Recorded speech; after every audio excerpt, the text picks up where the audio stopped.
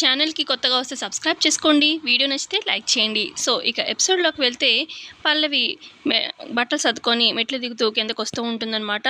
ఇక వచ్చి సుమలత దగ్గరికి వస్తుంది. అత్తయ్య, నా వల్ల మీరు ఏమన్నా బాధపడుంటే నన్ను క్షమించండి, మనసులో ఏం పెట్టుకోకండి అని చెప్పి అలా అంటూ ఉంటే, ఏంటే నువ్వు ఉన్నదే మమ్మల్ని బాధ పెట్టడానికి, అసలు నువ్వు వచ్చిన దగ్గర నుంచి నేను బాధపడకుండా అవమానపడకుండా ఎప్పుడైనా ఉందా? ఈరోజు కూడా నువ్వు ఎంత ఇదిగా అవమానించావు వచ్చిన గెస్ట్ల ముందు. నా కొడుక్కి నువ్వంటే ఇష్టం లేదు, అందుకే. అయినా ఇక్కడేమి బయటికి వెళ్ళిపోమని నేను చెప్పలేదు, నా కొడుకు చెప్పాడు, నువ్వు కూడా వెళ్తాను అన్నావు. సో ఆపేవాళ్ళు ఇక్కడ ఎవరూ లేరు, బయలుదేరమ్మా బయలుదేరు అని చెప్పి అంటూ ఉంటుంది సుమలత. అదేంటి ఇంటి కోడల్ని బయలుదేరమని ఎంత బాగా చెప్తున్నావు, నీ పరువు పోదా సుమలత, ఇంటి కోడలు ఇంట్లోనే ఉండాలి అని చెప్పి బామ్మగారు అంటూ ఉంటే, ఇంటి కోడలు ఇంట్లో ఉంటేనే ఎంత బాగా మర్యాద నాకు దక్కిందో చూశాను కదా అత్తయ్య గారు, మీరు ఇంకా మాట్లాడకండి, వెళ్తానంటుందిగా అదే పొమ్మనండి, పోలితే కానీ మాకు సంతోషం మనశ్శాంతి ఉండదు అని చెప్పి సుమలత అంటూ ఉంటే, ఇక ఇటు పక్క నుంచి అక్షిత కూడా అంటుంది, అక్క నువ్వు ఎక్కడున్నా సంతోషంగా హ్యాపీగా ఉండాలని మనస్ఫూర్తిగా కోరుకుంటున్నాను, ఇక బయలుదేరు, ఎందుకంటే నువ్వు ఇక్కడ ఉండడం ఎవరికీ ఇష్టం లేదు అని చెప్పి అంటూ ఉంటే, ఇటు పక్క నుంచి భువన కూడా, ఏంటమ్మా మెల్లగా నడుస్తున్నావు, మెల్లగా సర్దుకొని కిందకు వచ్చావు, ఇంట్లో నీకు సపోర్ట్గా ఉన్న చంటి కానీ బామ్మగారు కానీ అంకుల్ గారు కానీ నీకు సపోర్ట్ చేసి వెళ్ళొద్దు అని చెప్పి ఏదో ఒకటి చేసి ఆపుతారనా, బయలుదేరు కదలిక అని చెప్పి అంటూ ఉంటుంది భువన కూడా. ఆ తర్వాత ఇక అక్కడి నుంచి మెల్లగా వచ్చి చరణ్ దగ్గరికి వస్తుంది. ఏమండి, ఏంటండి నా మీద అంత కోపమా, నాతో మాట్లాడరా అండి, ప్లీజ్ అండి అని చెప్పి అంటూ ఉంటే, పక్క నుంచి చంటి, ఏంటన్నయ్య వదిన ఇంట్లో నుంచి వెళ్ళొద్దని చెప్పు, నువ్వు ఉండమంటే ఉంటుంది, ప్లీజ్ అన్నయ్య అని చెప్పి అంటూ ఉంటే, ఇక అప్పుడు చరణ్ అంటాడు, మాట్లాడమని చెప్పి అంటుంది కదా ఈవిడ గారు, నేను మాట్లాడట్లేదని బాధపడిపోతుంది కదా, మాట్లాడతాను పల్లవితోని, బయలుదేరిక లేట్ అయింది అని చెప్పి చరణ్ అంటూ ఉంటే, ఇక పల్లవి చాలా బాధపడిపోతుంది ఆ మాటకి. సరే అండి ఉంటాను అని చెప్పి కాళ్ళకి దండం పెట్టబోతూ ఉంటుంది చరణ్కి. ఇదిగో ఈ ఎక్స్ట్రాలే ఈ వేషాలే నా దగ్గర తగ్గించమని చెప్పింది, పోయి ఇంకా ఇవన్నీ నా దగ్గర కాదు అని చెప్పి అంటాడు చరణ్.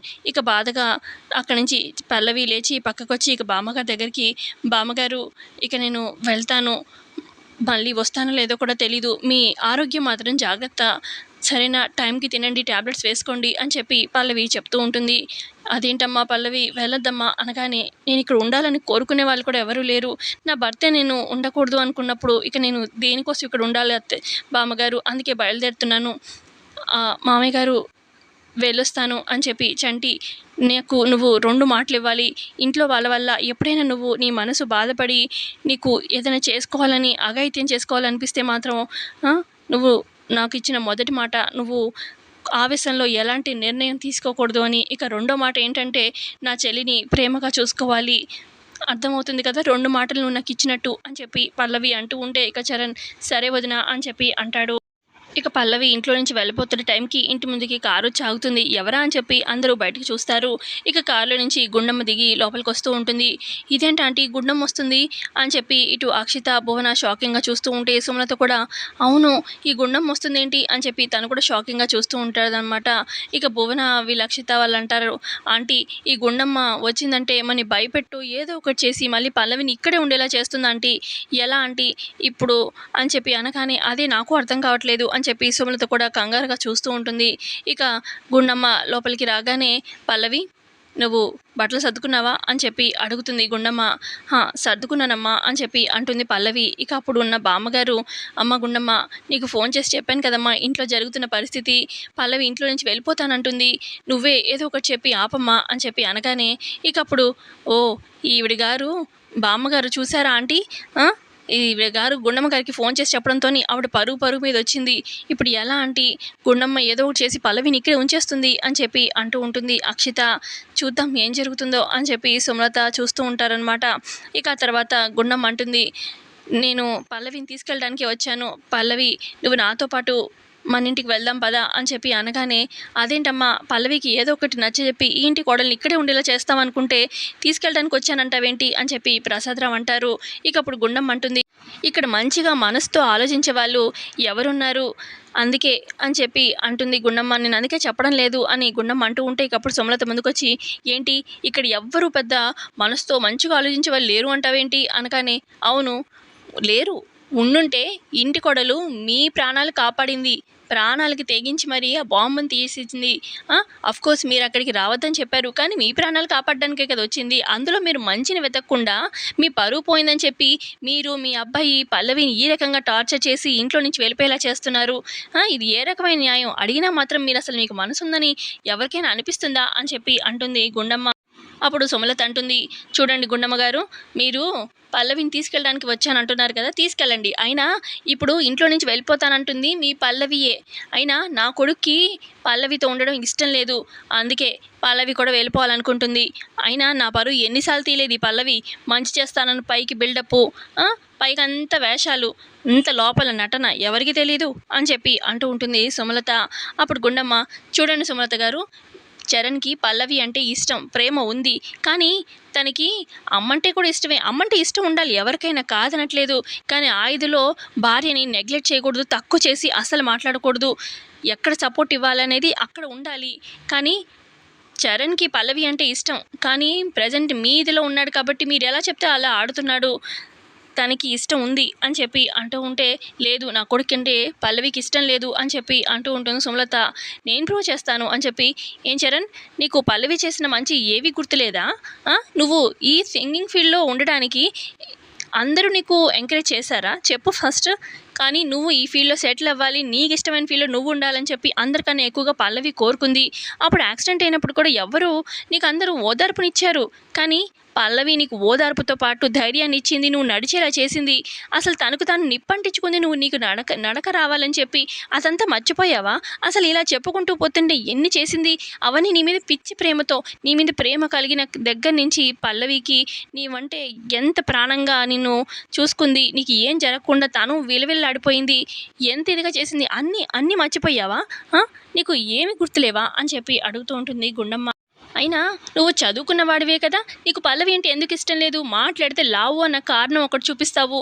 అసలు తను దీని విధంగా నువ్వు బాధపడ్డావు అనడానికి ఏదుంది? నీకు దగ్గర ప్రాపర్ రీజనే లేదు. అయినా ఈ మనిషి ఎదురుగా ఉంటే ఎప్పుడు ఎవరికి వాళ్ళ విలువ అర్థం కాదు. నేను నా కూతుర్ని తీసుకెళ్ళిపోతాను కదా నా ఇంటికి, అప్పుడు పల్లవి లేనప్పుడు అప్పుడు నిజమైన నీకు పల్లవి విలువ తెలుస్తుంది, తన మీద నీకున్న ప్రేమ ఏంటనేది తెలుస్తుంది. అప్పుడు దాకా తెలీదు. పల్లవి, నువ్వు నాతో పాటు మన ఇంటికి పదమ్మా అనగానే, లేదమ్మా నేను ఎక్కడైనా ఉంటాను అనగానే, ఎక్కడికమ్మా వెళ్ళేది? ఎక్కడికి వెళ్తావు చెప్పు అనగానే, ఎక్కడికో ఒక దగ్గరికి అనగానే, లేదమ్మా నువ్వు నా కన్న కూతురివి అని నేను అనుకుంటున్నాను. నువ్వు నా పుట్టింటికి ఇక్కడికి రాకుండా ఇంకెక్కడికి వెళ్ళేది? రామ్మా అని చెప్పి నేను తీసుకెళ్తాను. చరణ్కి మార్పు వస్తుంది, చరణ్లో మార్పు డెఫినెట్గా వస్తుంది, నేను నమ్ముతున్నాను కదా అనగానే, వాళ్ళు మార్పు రాదు, పల్లవిని తీసుకురాడు అని చెప్పి సుమలత అంటూ ఉంటే, లేదు మార్పు వస్తుంది, నేను ఛాలెంజ్ చేస్తున్నాను, చూడండి చరణే మా ఇంటికి వచ్చి పల్లవి విలువ తెలుసుకుంటాడు. పల్లవి ఉండదు కదా ఇక్కడ, పల్లవి విలువ చరణ్కే తెలుస్తుంది. తనే వచ్చి తన భార్యను తీసుకెళ్తాడు. ఆ రోజు డెఫినెట్గా వస్తుంది, నేను చెప్తున్నాను కదా, వస్తుందంటే వస్తుంది అని చెప్పి గుండమ్మ అంటుంది. ఇటుపక్క పల్లవి మనసులో అనుకుంటుంది, మా అమ్మ నాన్న అని మీరు తెలిసాక నేను మీతో ఉన్నది లేదు, ఈ రకంగా దేవుడు మీతో ఉండే ఛాన్స్ టైము ఇచ్చినట్టున్నాడు అని చెప్పి పల్లవి మనసులో అనుకుంటూ ఉంటుంది.